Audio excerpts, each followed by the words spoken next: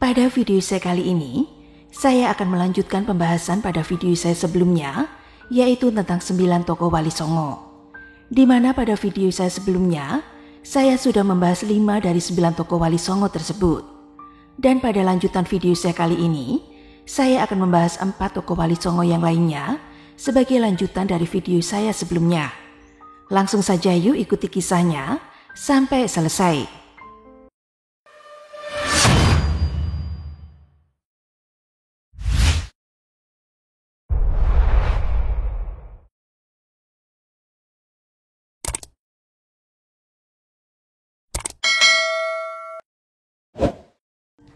Tokoh Wali Songo yang berikutnya adalah Sunan Gunung Jati.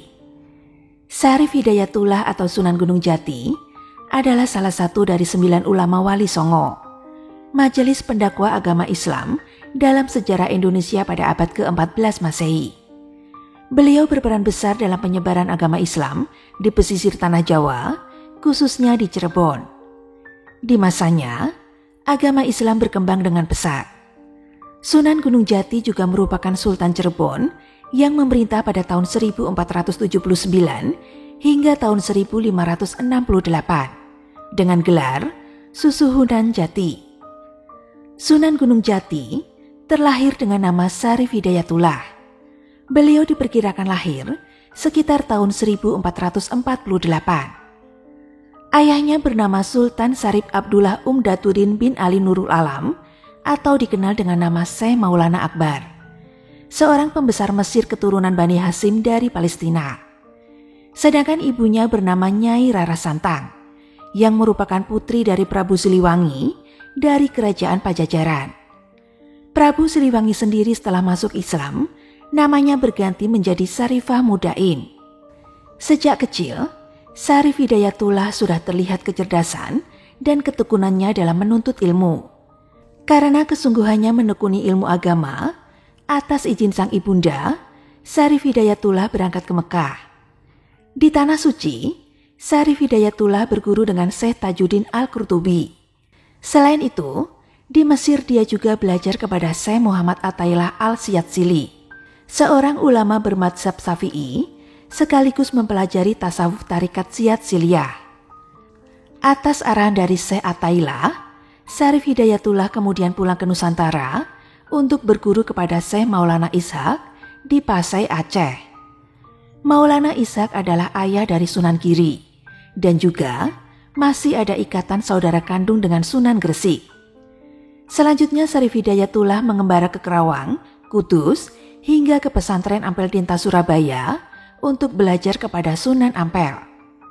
Oleh Sunan Ampel, Syarif Hidayatullah diminta untuk berdakwah dan menyebarkan Islam di daerah Cirebon. Di sana ia menjadi guru agama, menggantikan Syekh Datuk Kafi di Gunung Sembung. Setelah banyak masyarakat Cirebon masuk Islam, Syarif Hidayatullah melanjutkan dakwahnya ke daerah Banten. Semasa berdakwah di Cirebon, Syarif Hidayatullah menikah dengan Nyi Ratu Pakungwati, putri dari Pangeran Cakrabuana, yang setelah masuk Islam, namanya berganti menjadi Haji Abdullah Iman, penguasa Cirebon kala itu. Dalam buku yang berjudul Atlas Wali Songo, yang dirilis pada tahun 2016, yang ditulis oleh Agus Sunyoto diungkapkan, atas bantuan mertuanya, Syarif Hidayatullah mendirikan sebuah pondok pesantren dan mengajarkan Islam kepada penduduk sekitar. Oleh para santrinya, Syarif Hidayatullah dipanggil dengan julukan Maulana Jati atau Syekh Jati. Selain itu, karena ia berdakwah di daerah pegunungan, ia digelari sebagai Sunan Gunung Jati. Dengan memanfaatkan pengaruhnya sebagai putra menantu Raja Pajajaran, maka dia menyebarkan Islam dari pesisir Cirebon hingga ke pedalaman Pasundan atau Priangan.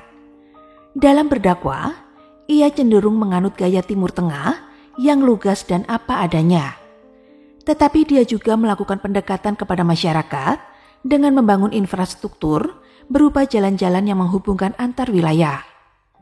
Setelah Pangeran Cakrabuana meninggal dunia, tampuk kerajaan Cirebon dilanjutkan oleh menantunya, yaitu Sunan Gunung Jati. Dengan demikian, Sunan Gunung Jati adalah satu-satunya Wali Songo yang memimpin pemerintahan. Duduk di atas singgasana kekuasaan dakwah Sunan Gunung Jati beriringan di jalur politik. Ajaran Islam berkembang pesat di Cirebon, Sunda Kelapa, Banten, dan banyak daerah di Jawa Barat. Untuk memperluas siar Islam, Sunan Gunung Jati menikah dengan Nyai Ratu Kawungaten, putri Bupati Kawungaten, Banten. Salah seorang putranya yang bernama Maulana Hasanuddin kelak meneruskan dakwah ayahnya sekaligus menjadi Sultan Banten. Kerajaan Cirebon juga diketahui menjalin hubungan dengan Tiongkok. Diceritakan bahwa Sunan Gunung Jati juga menikahi putri Kaisar Cina Honggie dari dinasti Ming yang bernama Ong Tien. Usai menikah dengan Syarif Hidayatullah, ia berganti nama menjadi Nyi Mas Rara Sumanding. Dakwah Islam yang dilakukan Sunan Gunung Jati kian kokoh berkat kerjasama dengan banyak kerajaan tersebut. Di usianya yang ke-89 tahun, Sunan Gunung Jati mundur dari jabatannya dan hanya menekuni kegiatannya berdakwah. Tata kekuasaannya diserahkan kepada putranya, yaitu Pangeran Pasarian. Sunan Gunung Jati wafat pada tahun 1568. Di usianya yang diperkirakan mencapai 120 tahun. Makamnya terletak di Gunung Sembung, Desa Astana, sekitar 15 km dari kota Cirebon. Tokoh Wali Songo berikutnya adalah Sunan Derajat. Raden Kasim atau Sunan Derajat adalah salah seorang anggota Wali Songo, majelis penyebar agama Islam dalam sejarah Jawa pada abad ke-14 Masehi. Putra bungsu Sunan Ampel ini melakukan dakwah Islam selain melalui seni dan budaya, juga dengan prinsip pepali pitu atau 7 dasar ajaran.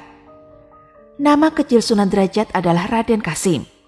Lahir pada tahun 1470 di Ampel Denta, Surabaya. Sebagai putra termuda Sunan Ampel dengan Nyi Ageng Manila atau Dewi Condrowati. Ia adalah adik dari Raden Maulana Magdum Ibrahim alias Sunan Bonang. Selain Raden Kasim, Sunan Derajat memiliki banyak nama atau julukan lainnya, seperti Mas Saik Munat, Raden Sarifuddin, Maulana Hasim, Pangeran Kadrajat, atau Sunan Mayang Madu. Raden Kasim memperoleh ilmu keislaman langsung dari ayahnya, yaitu Sunan Ampel, yang memimpin pondok pesantren Ampel Denta di Surabaya. Setelah beranjak remaja, Raden Kasim merantau ke Cirebon untuk berguru kepada Sunan Gunung Jati. Di Cirebon, Raden Kasim menikahi putri Sunan Gunung Jati yang bernama Dewi Sufiah. Hingga kemudian, Raden Kasim kembali ke Ampel Denta bersama istrinya. Dari pernikahannya dengan Dewi Sufiah, Raden Kasim dikaruniai 3 orang anak. Mereka adalah Pangeran Trenggana, Pangeran Sandi, dan Dewi Wuryat. Sesampainya di Ampel Denta, Sunan Ampel meminta Raden Kasim untuk berdakwah di daerah Gresik. Raden Kasim menuruti perintah ayahnya dan meneruskan perjalanan menuju ke Gresik. Ia terdampar di pesisir Banjarwati atau Lamongan sekarang dan disambut baik oleh sesepuh kampung yang bernama Kiai Mayang Madu dan Mbah Banjar, dan mulai berdakwah untuk pertama kalinya di daerah tersebut. Pernikahan bisa menjadi sarana dakwah yang penting kala itu. Selain dengan Dewi Sufiah, Sunan Derajat juga menikah dengan Nyai Kemuning dan Nyai Retno Ayu Cendrawati. Nyai Kemuning adalah putri dari Mbah Mayang Madu yang merupakan seorang tetua desa Jelak. Mbah Mayang Madu adalah orang yang menolong Sunan Derajat saat ia terdampar dalam perjalanan dakwahnya menuju ke pesisir Gresik. Sedangkan Nyai Retno Ayu Cendrawati merupakan putri dari Raden Suryadilaga, seorang adipati di kawasan Kediri. Setahun kemudian, Raden Kasim berpindah 1 kilometer ke selatan, tepatnya di wilayah Jelak, daerah yang memiliki medan lebih tinggi dari tempat lainnya, dan mendirikan padepokan santri yang diberinya nama Dalem Duwur, yang kini bernama Desa Derajat, Paciran Lamongan, Jawa Timur. Kendati terlahir dari keluarga bangsawan, tetapi ia amat dekat dengan rakyat. Dia pun mulai mengajar penduduk setempat. Raden Kasim dikenal sebagai orang yang bersahaja, yang suka menolong. Selain itu, Raden Kasim memiliki jiwa sosial yang tinggi. Di pondok pesantrennya, ia banyak merawat anak-anak yatim piatu dan fakir miskin. Menurut penulis buku Agus Sunyoto, dalam bukunya yang berjudul Atlas Wali Songo, yang dirilis pada tahun 2016 menjelaskan bahwa ajaran Islam yang didakwahkan Raden Kasim menekankan pada etos kerja dan empati, berupa kedermawanan, sikap tenggang rasa, saling peduli, pengentasan kemiskinan, gotong royong, dan solidaritas sosial. Ketika turun langsung ke masyarakat, Raden Kasim mengajarkan banyak hal kepada warga. Dari cara membangun rumah, membuat alat-alat untuk memikul orang, seperti tandu atau joli, dan lain sebagainya. Pada akhirnya, Raden Kasim dijadikan imam pelindung oleh penduduk di Pedukuhan Derajat. Sejak saat itulah Raden Kasim mulai dikenal dengan nama Sunan Derajat. Jika Sunan Ampel berdakwah dengan ajaran Mohlimo, Sunan Derajat berdakwah dengan Pepali Pitu atau 7 dasar ajaran. Berikut ini adalah Pepali Pitu yang bisa dijadikan sebagai pijakan kehidupan sehari-hari yang disampaikan oleh Sunan Derajat. Yang pertama, membangun resep tiasing sesomo, artinya membuat senang hati orang lain. Yang kedua, jroning suko kudu eling lan waspodo, yang artinya dalam suasana gembira hendaknya tetap ingat Tuhan dan selalu waspada. Yang ketiga, laksi taning subroto tanyipo marang pinggo bayaning lampah, artinya dalam mencapai cita-cita luhur jangan menghiraukan halangan dan rintangan. Yang keempat, meper hardaning pancadriyo, yang artinya senantiasa berjuang untuk menekan hawa nafsu duniawi. Yang kelima, heneng hening henung, artinya dalam diam akan dicapai keheningan, dalam hening akan dicapai jalan kebebasan mulia. Yang keenam, mulyo guno panco waktu, artinya pencapaian kemuliaan lahir batin dicapai dengan menjalani sholat 5 waktu. Yang ketujuh, menehono teken marang wong kang wuto, menehono mangan marang wong kang luwe, menehono busono marang wong kang wudo, menehono pangiyup marang wong kang kaudanan, artinya berikan tongkat kepada orang buta, berikan makan kepada orang lapar, berikan pakaian kepada orang tak berpakaian, berikan tempat berteduh kepada orang yang kehujanan. Dalam pengajaran tauhid dan akidah, Sunan Derajat mengambil cara ayahnya, langsung dan tidak banyak mendekati budaya lokal. Meskipun demikian, cara penyampaiannya mengadaptasi cara berkesenian seperti yang dilakukan oleh Sunan Muria, terutama seni suluk. Maka ia mengubah sejumlah suluk. Di antaranya adalah suluk petuah, yaitu berilah tongkat pada si buta, beri makan pada yang lapar, dan beri pakaian pada yang telanjang. Sebagaimana ulama wali songo lainnya yang berdakwah lewat seni dan budaya, Sunan Derajat juga mahir mengubah sejumlah tembang.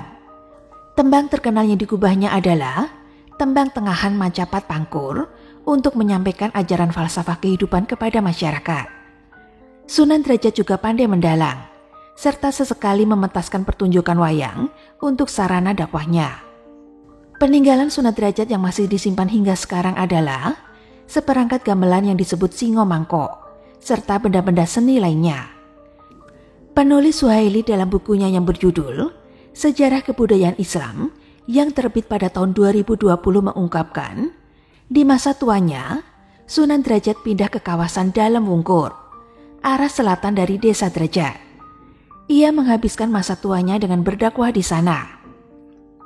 Pada tahun 1522, Raden Kasim atau Sunan Derajat tutup usia. Makamnya terletak di desa Derajat, Paciran Lamongan, Jawa Timur. Berikutnya tokoh wali songo yang ke-8 adalah Sunan Kudus. Di antara santri-santri paling kesohor dari alumni pesantren Ampel Denta yang didirikan oleh Sunan Ampel, terdapat sosok Jafar Sadiq, atau lebih dikenal dengan sebutan Sunan Kudus. Sunan Kudus atau Jafar Sadiq adalah salah satu penyebar agama Islam di Indonesia yang tergabung dalam Wali Songo. Sunan Kudus juga dikenal sebagai wali yang memiliki sikap toleransi yang tinggi pada budaya setempat. Sunan Kudus terlahir dengan nama Jafar Sadiq. Beliau lahir pada tanggal 9 September tahun 1400. Ayahnya adalah Usman Haji bin Ali Murtada alias Sunan Ngudung di Jipang Panolan, yang merupakan putra Ali Murtada, saudara kandung Sunan Ampel. Sedangkan ibunya bernama Sarifah Dewi Rahil, yang merupakan adik dari Sunan Bonang, putri Sunan Ampel dengan istrinya yang bernama Nyi Ageng Maloka atau Dewi Condrowati. Sunan Kudus merupakan cucu buyut Syekh Ibrahim Zainuddin As-Samarakandi atau Sunan Gresik, yang silsilahnya bersambung sampai Nabi Muhammad SAW melalui jalur Sayyidina Husain binti Fatimah binti Rasulullah SAW. Dalam hal pendidikan agama, sedari kecil Ja'far Shadiq memperoleh pelajaran agama dari ayahnya, yaitu Utsman Haji bin Ali Murtada alias Sunan Ngudung di Jipang Panolan, yang sekarang bernama Cepu, sebuah kota kecamatan yang masuk wilayah Kabupaten Blora, Jawa Tengah. Sebelum meninggal, ayahnya menjabat sebagai Senopati atau Panglima Kerajaan Demak. Tetapi setelah ayahnya meninggal, Ja'far Shadiq menggantikan jabatan ayahnya sebagai Senopati Kerajaan Demak, yang bertugas memperluas wilayah Kerajaan Demak sebagai pusat pengembangan Islam pada masa akhir Kerajaan Majapahit. Melalui posisi Senopati itulah, Ja'far Shadiq menyebarkan Islam di wilayah Demak. Selain menjabat sebagai Senopati, ia juga diangkat menjadi Imam Besar Masjid Agung Demak, serta menjadi Kadi atau Hakim di kerajaan tersebut. Ketika terjadi perselisihan internal di Kerajaan Demak, setelah meninggalnya Sultan Trenggono, Ja'far Shadiq kemudian pindah ke kawasan Tajuk. Di kawasan Tajuk ini, Ja'far Shadiq tidak lagi aktif di dunia politik dan lebih fokus menyebarkan dakwah Islam. Sebenarnya tidak ada bukti otentik kapan dan tahun berapa Ja'far Shadiq tiba di Kudus. Waktu beliau menginjakkan kakinya di tanah Kudus, daerah ini bernama Tajuk. Kiai Telingsing adalah orang yang pertama kali mengembangkan kota Tajuk. Nama Kiai Telingsing sendiri adalah Lingsing, yang merupakan salah satu ulama dari negeri Cina yang datang ke Jawa bersama dengan Laksamana Cheng Ho. Banyak yang berguru dengan Kiai Telingsing, termasuk Sunan Kudus. Pengaruh Kiai Telingsing terlihat pada gaya dakwah dari Sunan Kudus dalam menyebarkan agama Islam, di mana dalam berdakwah, Sunan Kudus menghargai adat dan tradisi masyarakat setempat dan memperbaikinya secara perlahan-lahan agar tidak terjadi penolakan di kalangan masyarakat. Berkat penerimaan dakwah yang disampaikan Ja'far Shadiq, wilayah Tajuk kemudian berganti nama dengan Kudus, yang diambil dari kata Al-Quds, sebuah kota suci di Yerusalem. Karena hal itulah, Ja'far Shadiq dikenal dengan julukan Sunan Kudus. Ketika itu masyarakat di Kudus masih menganut kepercayaan animisme dan agama Hindu-Buddha. Sunan Kudus tidak langsung melarang masyarakat atas kepercayaan yang dianutnya, melainkan merangkulnya secara pelan-pelan agar dakwahnya bisa diterima masyarakat setempat. Berkat karisma dan keluasan pergaulannya, Ja'far Shadiq berhasil memperoleh simpati dari masyarakat. Cara pendekatan Sunan Kudus kepada masyarakat adalah dengan simbol-simbol agama Hindu dan Buddha. Terbukti dari bangunan Masjid Kudus yang dibangun di masa dakwah beliau memiliki arsitektur yang unik. Bentuk menara masjidnya terlihat serupa dengan candi milik orang Hindu, gerbang dan panjuran atau padasan tempat wudhu yang melambangkan 8 jalan Buddha. Sunan Kudus berhasil menggabungkan arsitektur Islam, Jawa, Hindu-Buddha, dan Tionghoa. Ajaran Islam dan strategi dakwah itu dituntut Sunan Kudus dari beberapa gurunya. Sunan Kudus sendiri memiliki alasan dengan bangunan masjid yang memiliki bentuk mirip candi orang-orang Hindu, maka diharapkan orang-orang Hindu merasa akrab dan tidak takut atau segan untuk masuk ke dalam masjid guna mendengarkan ceramah dari Sunan Kudus. Masjid peninggalan Sunan Kudus tersebut hingga sekarang masih kokoh berdiri dan dikagumi oleh dunia karena keunikannya. Dalam buku Atlas Wali Songo terbitan tahun 2016, yang ditulis Agus Sunyoto disebutkan, sebelum berdakwah, Sunan Kudus telah menuntut ilmu kepada ayahnya sendiri, yaitu Utsman Haji bin Ali Murtada di Jipang Panolan, yang sekarang bernama Cepu, yang merupakan wilayah Kabupaten Blora, Jawa Tengah. Selain itu, dia juga berguru kepada Kiai Telingsing, seorang ulama yang berasal dari Cina yang memiliki nama Tionghoa Lingsing. Kemudian Sunan Kudus juga berguru kepada Kiai Ngerang dan Sunan Ampel di pesantren Ampel Dinta. Ada kisah tentang sikapnya yang bijak dalam mengajak warga menganut Islam. Misalnya cerita tentang seekor sapi. Dikisahkan pada suatu hari, Jafar Shodiq membeli seekor sapi. Sapi ini berukuran besar dan didatangkan langsung dari India yang dibawa oleh para pedagang asing lewat kapal niaga. Sapi yang ukurannya besar ini tentu saja menarik perhatian masyarakat karena kandangnya tepat berada di pekarangan rumah yang bisa terlihat dari jalanan. Kala itu warga Kudus kebanyakan menganut agama Hindu, dan Sunan Kudus tahu bahwa warga penganut Hindu itu sangat menghormati hewan sapi. Karena sapi dalam kepercayaan Hindu merupakan hewan yang dianggap suci yang menjadi kendaraan para dewa. Bahkan menyembelih sapi adalah perbuatan dosa yang dikutuk oleh para dewa. Lantas apa yang dilakukan Sunan Kudus terus dipantau oleh warga. Warga mau menyaksikan apa yang hendak dilakukan Sang Wali Songo terhadap hewan suci itu. Hampir setiap hari warga datang memadati halaman rumah Sunan Kudus hanya sekedar ingin tahu apa yang akan terjadi dengan kendaraan para dewa itu. Ketika pada suatu hari jumlah warga yang datang bertambah banyak, Sunan Kudus yang melihat hal tersebut akhirnya keluar dari rumah dan mengatakan kalau sapi yang ada di pekarangannya ini adalah peliharaannya. Dia mengatakan kepada warga bahwa tidak ada yang boleh menyakiti peliharaannya tersebut, apalagi membunuhnya. Beliau pun juga menceritakan kalau di masa kecilnya dirinya pernah ditolong oleh seekor sapi saat sedang dalam keadaan bahaya. Oleh karena itu, sebagai ucapan rasa terima kasihnya, Sunan Kudus melarang pengikutnya untuk menyakiti dan membunuh sapi. Sunan Kudus juga mengatakan kalau di Al-Quran terdapat salah satu surat yang bernama Surat Al-Baqarah. Surat ini memiliki arti sapi dalam bahasa Arab. Mendengar hal tersebut, tentu saja masyarakat pemeluk agama Hindu menjadi terkagum-kagum dengan sosok Sunan Kudus. Mereka pun mulai bersedia untuk mendengarkan ceramah serta dakwah dari Sunan Kudus. Sebagian dari masyarakat tersebut bahkan mempercayai kalau Sunan Kudus adalah titisan Dewa Wisnu. Berangkat dari hal itu, larangan untuk membunuh sapi masih diterapkan oleh masyarakat Kudus. Sampai sekarang, sebagian masyarakat tradisional Kudus masih menolak menyembelih sapi. Mereka lebih memilih untuk menyembelih kerbau. Begitupun jika hari Idul Adha tiba, masyarakat Kudus lebih memilih berkorban dengan kerbau daripada berkorban dengan sapi. Meski Sunan Kudus berdakwah ajaran Islam, tapi beliau masih menghormati orang-orang yang memiliki kepercayaan lain dan tidak mau memaksa mereka untuk masuk Islam. Sikapnya inilah yang membuat orang-orang setempat merasa segan dan sangat menghormati Sunan Kudus. Sehingga lambat laun, mereka akhirnya bisa menerima ajaran beliau, yaitu ajaran Islam.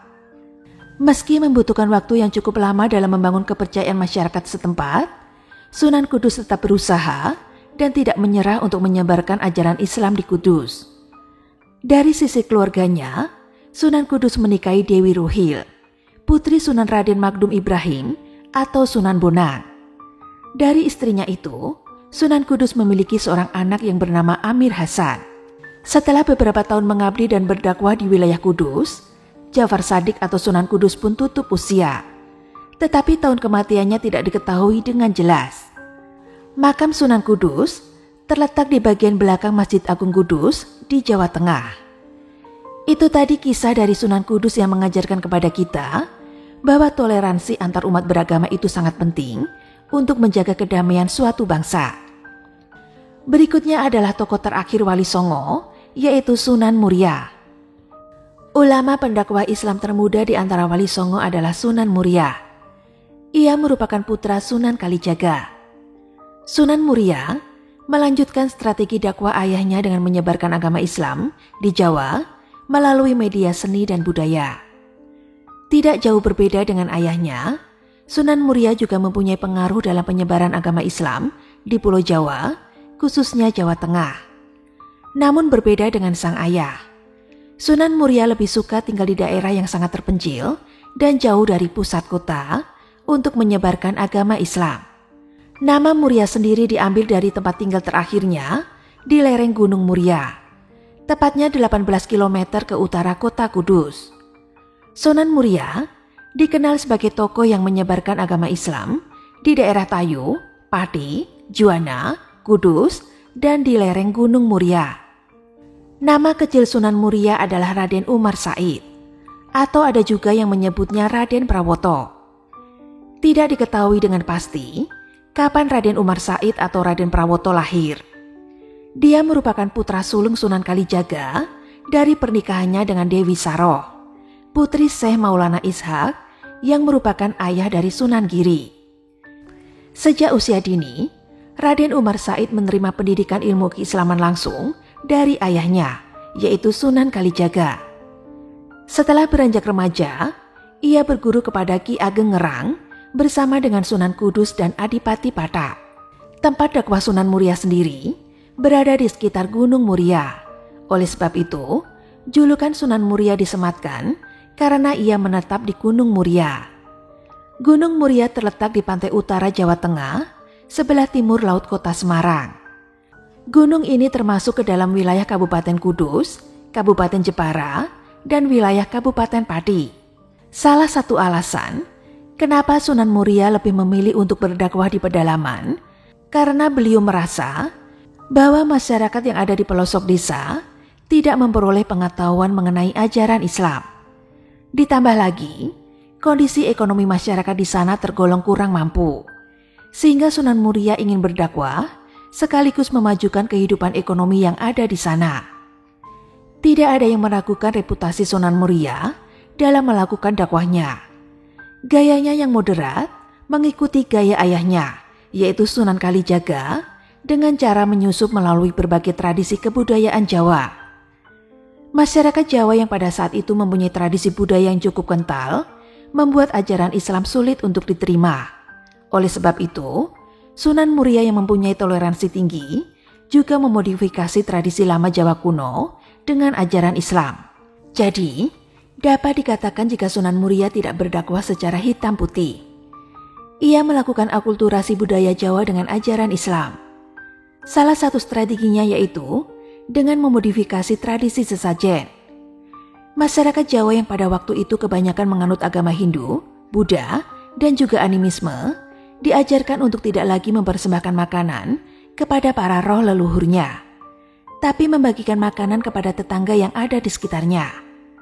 Oleh sebab itu, jika ada orang yang punya hajat, maka mereka bisa mengumpulkan tetangga dan mendoakan para leluhur bersama dengan cara Islam. Masyarakat setempat pada saat itu menamainya dengan tradisi kenduri. Tradisi tersebut sekarang lebih dikenal dengan istilah kirim doa yang dilakukan sebelum bulan Ramadan, sebelum acara pernikahan, sampai sebelum melakukan acara besar lainnya. Tujuannya sendiri yaitu masih sama, mendoakan para leluhur atau sanak saudara yang telah meninggal dunia. Akan tetapi, tidak menyajikan sesajen, melainkan mengirimkan doa dengan membacakan ayat-ayat Al-Quran dan juga salawat. Selain itu, Sunan Muria juga berdakwah melalui berbagai macam kesenian Jawa. Misalnya, menciptakan macapat, lagu Jawa, lagu sinom, dan juga kinanti yang dipercaya sebagai karya Sunan Muria yang hingga kini masih terjaga kelestariannya. Melalui tembang-tembang tersebut, ia mengajak umatnya untuk mengamalkan ajaran Islam. Oleh karena itu, Sunan Muria lebih senang untuk berdakwah pada rakyat jelata dibandingkan dengan kaum bangsawan. Itulah mengapa daerah dakwahnya cukup luas dan tersebar ke berbagai wilayah. Mulai dari lereng-lereng Gunung Muria, Kudus, pelosok Pati, Juwana, hingga ke pesisir utara. Cara dakwah itulah yang menyebabkan Sunan Muria dikenal sebagai Sunan yang suka berdakwah topongili, artinya dengan menghanyutkan diri dalam masyarakat. Sasaran dakwah dari Sunan Muria adalah para nelayan, pedagang, pelaut, dan juga rakyat jelata lain. Ia juga tetap mempertahankan gamelan dan juga wayang sebagai alat dakwah untuk menyampaikan ajaran Islam. Keterampilan-keterampilan bercocok tanam, berdagang, dan juga berkesenian yang merupakan kesukaannya. Dalam buku Atlas Wali Songo, karya penulis Agus Sunyoto menyebutkan bahwa Sunan Muria kerap menggelar pertunjukan wayang gubahan ayahnya, seperti Dewi Ruci, Dewi Serani, Jamus Kalimosodo, Begawan Ciptaning, Semar Ambarang, dan sebagainya. Ketika mendalang, unsur-unsur Islami akan beliau masukkan ke dalam pertunjukan wayang tersebut. Dengan demikian, masyarakat yang menonton pertunjukan dapat memperoleh pelajaran mengenai ajaran Islam. Selain dikenal sebagai anggota Wali Songo termuda, Sunan Muria merupakan pendukung setia Kesultanan Demak. Dia juga merupakan tokoh penting dalam kerajaan Demak. Sunan Muria dijadikan sebagai penengah dalam konflik internal yang ada di Kesultanan Demak. Ia juga dikenal sebagai seseorang yang bisa memecahkan berbagai macam masalah, betapapun rumitnya masalah tersebut.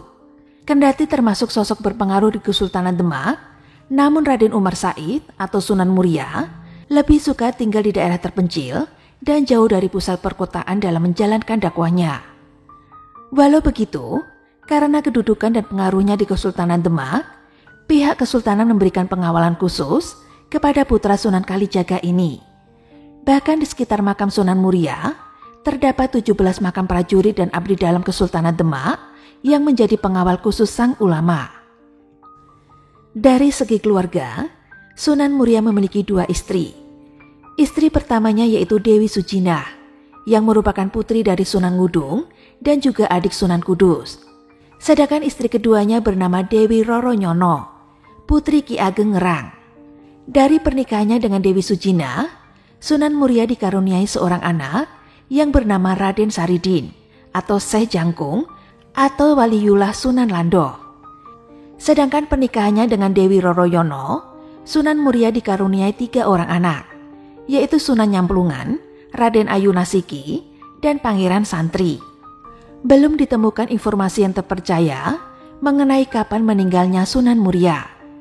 Akan tetapi, beberapa data menyebutkan bahwa Sunan Muria meninggal dunia pada tahun 1560.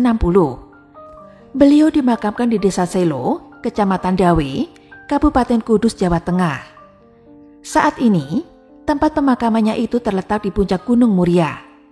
Untuk bisa ke pemakaman tersebut, pengunjung harus mendaki ratusan anak tangga untuk bisa sampai ke kompleks makam.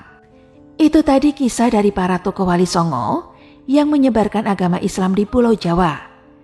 Saya berharap video ini bisa bermanfaat dan menambah wawasan kita untuk lebih mengenal tokoh-tokoh sejarah Nusantara.